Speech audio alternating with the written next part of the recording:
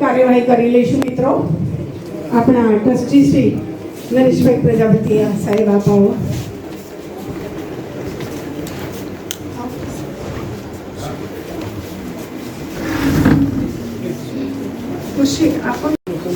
નરેશભાઈ આપને અમે જણાવી દઈએ કે અમે 275 મેમ્બરનું ગ્રુપ છે અને તેઓએ આ પિક્ચર કદાચ અમે જ્યારથી આ શરૂ થયું છે ત્યારથી પહેલી વાર આવું સુંદર પિક્ચર આપણે માણ્યું હશે. મારી સાથે સહેમત થાવ છો? ખરેખર પિક્ચર ખૂબ જ હૃદયસ્પર્શી અને સમાજને ઉપયોગી છે. જોરદાર તમારો અમે આભાર માનીએ છીએ નરેશભાઈ, નમ્રતાબેન અને સતીશ દાવડા. હા, તો હવે હું વિનંતી કરીશ કે જેપી પંચાલ સાહેબને કે તેઓ આગળની કાર્યવાહી કરે અને તેઓનું આપણે સન્માન કરીએ અને પછી આપણે આગળ થોડું તેમના મંતવ્ય પણ લઈશું અને પિક્ચરને કેટલા એવોર્ડ મળ્યા છે, કેવી રીતનું તેમનું આયોજન છે અને આ સુંદર પિક્ચર બનાવવા માટે નરેશભાઈએ ખૂબ જહેમત ઉપાડી છે. જોરદાર કાર્યથી. બીજી એક વાત છે નરેશભાઈ, અમારું વરિષ્ઠ ગૌરવ ગ્રુપ સદવિચાર પરિવારના અંડરમાં અમે લોકો કામ કરીએ છીએ. લેરી સાહેબના માર્ગદર્શન હેઠળ અને જેપી પંચાલ જેવા ટ્રસ્ટીઓને બધા અમને માર્ગદર્શન આપે છે અને 275 મેમ્બરનું અમારું આ ગ્રુપ છે. તો એવું 10 વર્ષથી સતત કાર્યરત છે અને તેઓ અમે સોમવાર, બુધવાર અને શુક્રવારે 4 થી 6 માત્રે મળીએ છીએ હોલમાં.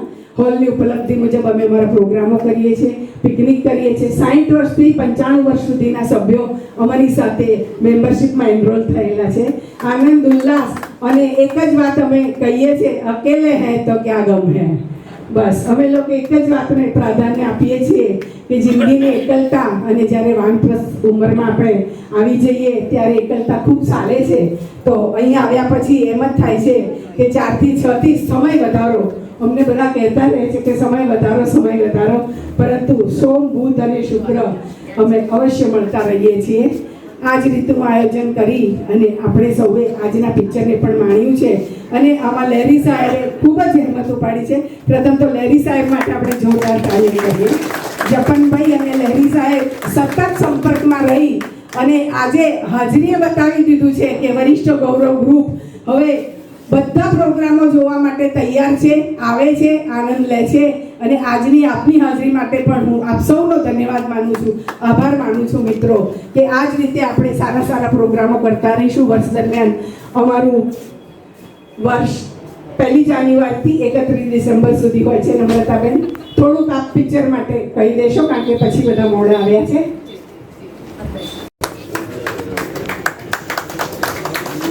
નમસ્કાર. આજે નરેશભાઈના આમંત્રણને માન આપીને હું ગાંધીનગરથી ફિલ્મ જોવા માટે આવ્યો હતો, પણ ફિલ્મ જોયા પછી ચાલુ ફિલ્મ દરમિયાન મારી જાત એ ફિલ્મ સાથે ઓતપ્રોત થઈ ગઈ. એટલા માટે કે ફિલ્મમાં જે કોઈ વાર્તા છે, સ્ટોરી છે, એ મારી જાત સાથે સીધી મળે છે. હું પણ ખૂબ નાના ગામડામાં ગરીબ ખેડૂતના દીકરા તરીકે અહીંયા આપણી સામે ઊભો છું. અહીંયા પિતાએ જમીન ગીરવે મૂકી હતી મને ભણાવવા માટે. મારા પિતાએ એના સોનાના બટનો માર્કેટમાં વેચ્યા હતા. આ નવી વાસ્તવિકતા છે. હું કોઈ લાગણી સભર વાત નથી કરતો. મને લાગે છે કે અહીંયા બેઠેલા બધા જ વડીલો જે આ પિક્ચર જોવે છે એના કરતાં ગુજરાતના અને દેશના યુવાનોને આ પિક્ચર બતાવવાની ખરેખર જરૂરિયાત છે. મા બાપ એક અપેક્ષા, એને ક્યારેય એવી અપેક્ષા નથી હોતી કે મારો દીકરો કે મારી દીકરી ભણીને એમના પગારમાંથી કે એમની આવકમાંથી અમારા સુખ માટે અમારી પાછળ પૈસા ખર્ચે એવું મા બાપને ક્યારેય અપેક્ષા નથી હોતી. પણ એ દીકરો કે દીકરી ભણીને પોતાની જાત પોતાના પગ ઉપર ઊભા થાય, પોતાની રીતે સારું જીવન જીવે અને સમાજને ઉપયોગી એવા કોઈ કાર્યો કરે, આવી જ અપેક્ષા દરેક મા બાપની હોય છે.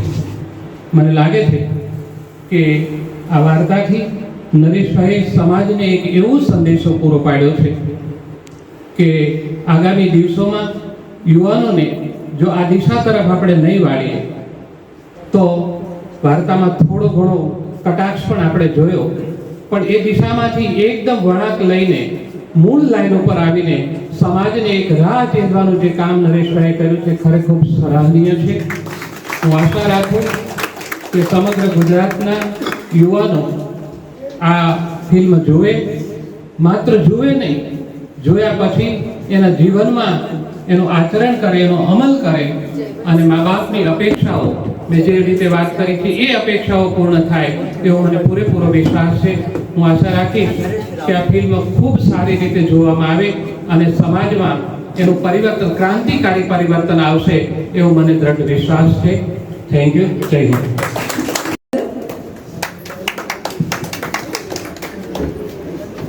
ભાઈ શ્રી નરેશભાઈએ જે ઉદ્દેશ નજર સમક્ષ રાખી અને પોતાની સમગ્ર મિલકત દાવ પર લગાવીને આવું સુંદર પિક્ચર ઊભું કર્યું, એનો આશા એક જ છે કે દેશના યુવાન ધનને આપણે યોગ્ય માર્ગે દોરવાના છે.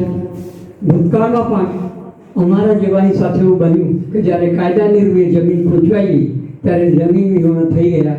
એ આમાં સ્પષ્ટ દર્શાવ્યું છે કે ખેતી, અમારા દાદીમા પણ કહેતા કે જમીન એ તો માં છે, માને વિચારી કોઈ દિવસ, એ અહીંયા પ્રતિબિંબિત થયું છે. ખરેખર આપણે બધા જ ગામડેથી આવીને ઉછરેલા છીએ, શહેરમાં વસીએ છીએ, પરંતુ આપણી ગામડાની પૃષ્ઠભૂમિને આપણે ક્યારેય ભૂલવી ન જોઈએ, એ અહીંયા ઉજાગર કર્યું છે. અને ભવિષ્યમાં પણ આવા જ બીજા ઉદ્દેશ સાથે અનેક આવી આપણી ગુજરાતી પિક્ચરો બને, એમાં આપણે સાથ સહકાર યથાશક્તિ યોગદાન આપીએ એવી અમારા વરિષ્ઠ ગૌરવ ગ્રુપ તરફથી સૌને ભલામણ છે. મંચસ્થ મહાનુભાવ અને સામે બેઠેલા વડીલો, ફિલ્મને 60+ એવોર્ડ મળ્યા એના કરતાં તો આપ જેવા વડીલોએ જોઈને જે આશીર્વાદ આપ્યા એ મારા માટે મોટો એવોર્ડ છે.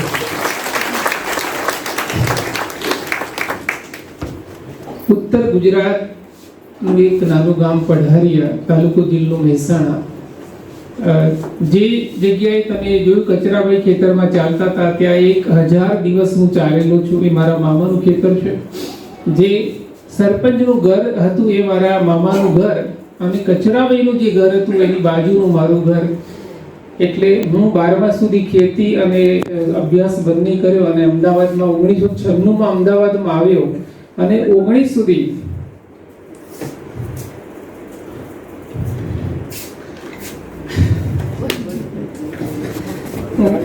જે કંઈ કમાયો તો એ બધું જ આ મૂવીમાં મેં લગાવ્યું છે.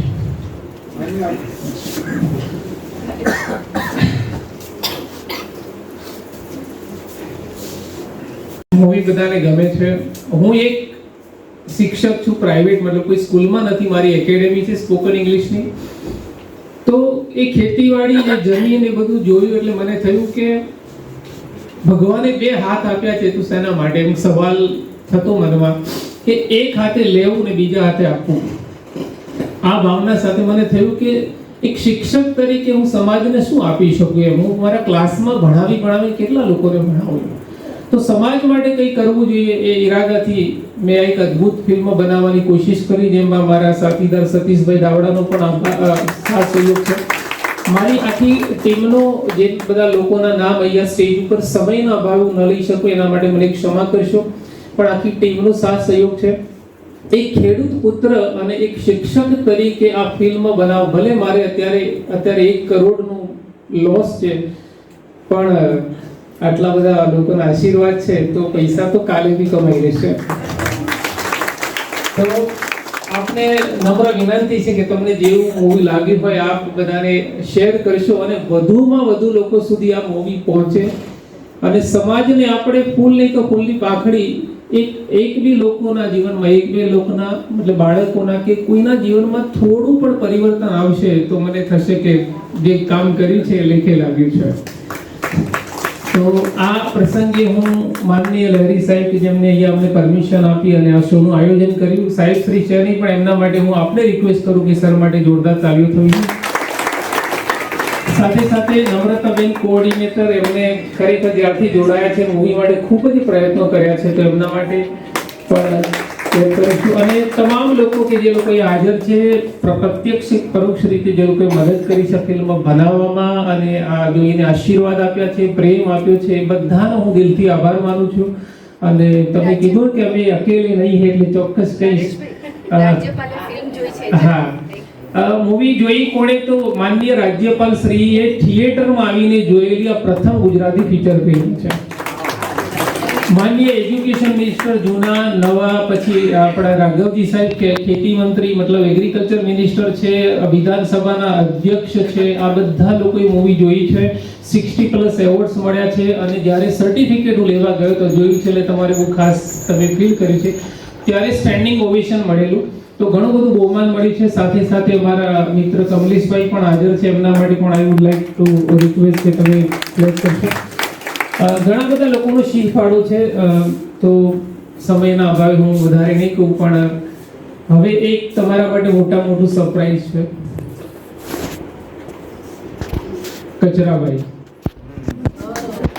કચરાભાઈ પ્લીઝ જોરદાર તાલિયા.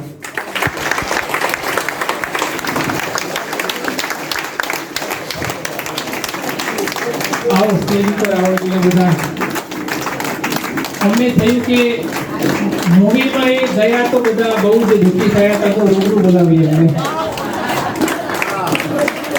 અમારી મૂવીની આન બાન અને શાન એ કચરાભાઈ, એમના માટે ખૂબ ખૂબ એમનો આભાર માનીએ છીએ. Thank you very much.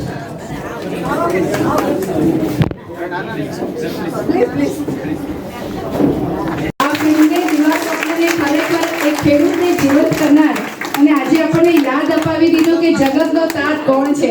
અને કચરાભાઈ એ ખરેખર આપણા ભારત દેશની જે ખેતી પ્રધાનતા છે અને જે બાપની લાગણીઓ છે એને જે રીતે એમણે વ્યક્ત કરાવી છે, એમના હૃદયથી જે ડાયલોગ બોલ્યા છે, અને ખરેખર બધા જ તમને જોવા માટે તરસે એવું અમે પણ કંઈક કર્યું છે.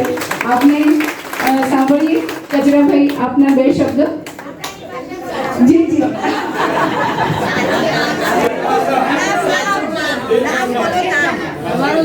મારું નામ ચેતન દહિયા છે. હું અમદાવાદનો વતની છું અને કલાકાર તરીકે 70+ ઉપર ફિલ્મો કરી છે. પણ હૃદયના ખૂણામાં એવું હોય ને કે આપણે ઘણું બધું ફર્યા હોઈએ, ઘણું બધું કામ કર્યું હોય, પણ કેટલીક પળો, કેટલીક મુમેન્ટ એવી હોય જે તમારા હૃદયમાં ઘર કરી જાય, તમને આજીવન યાદ રહી જાય. એવી મારા માટે આ દીવા સ્વપ્ન ફિલ્મ છે.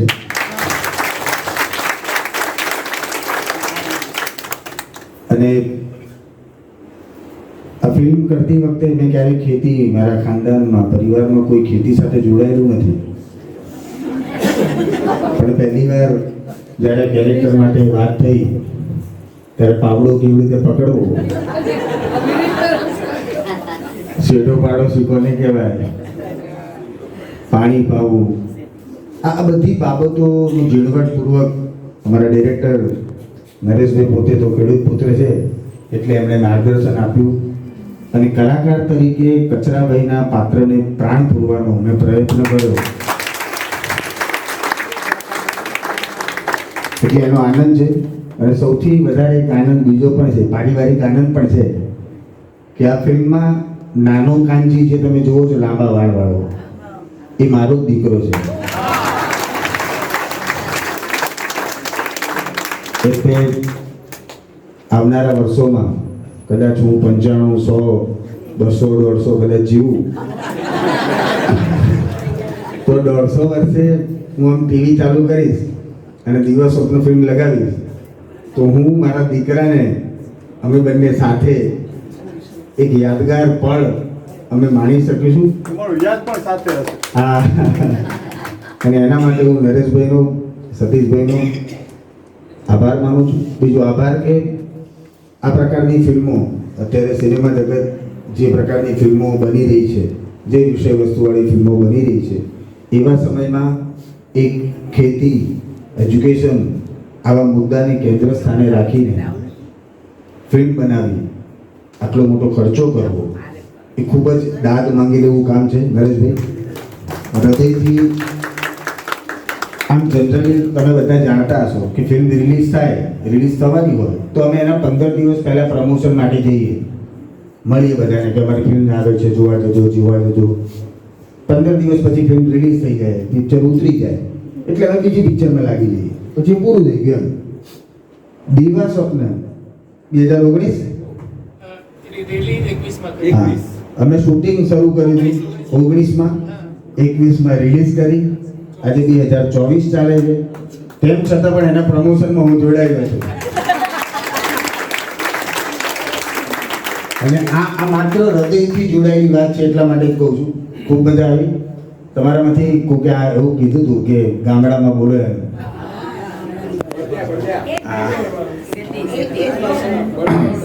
કોને વેચવાની વાત કરસ દીવો? જમીન નહીં, માં સમારી માં, અને માના મોલ ના થાય.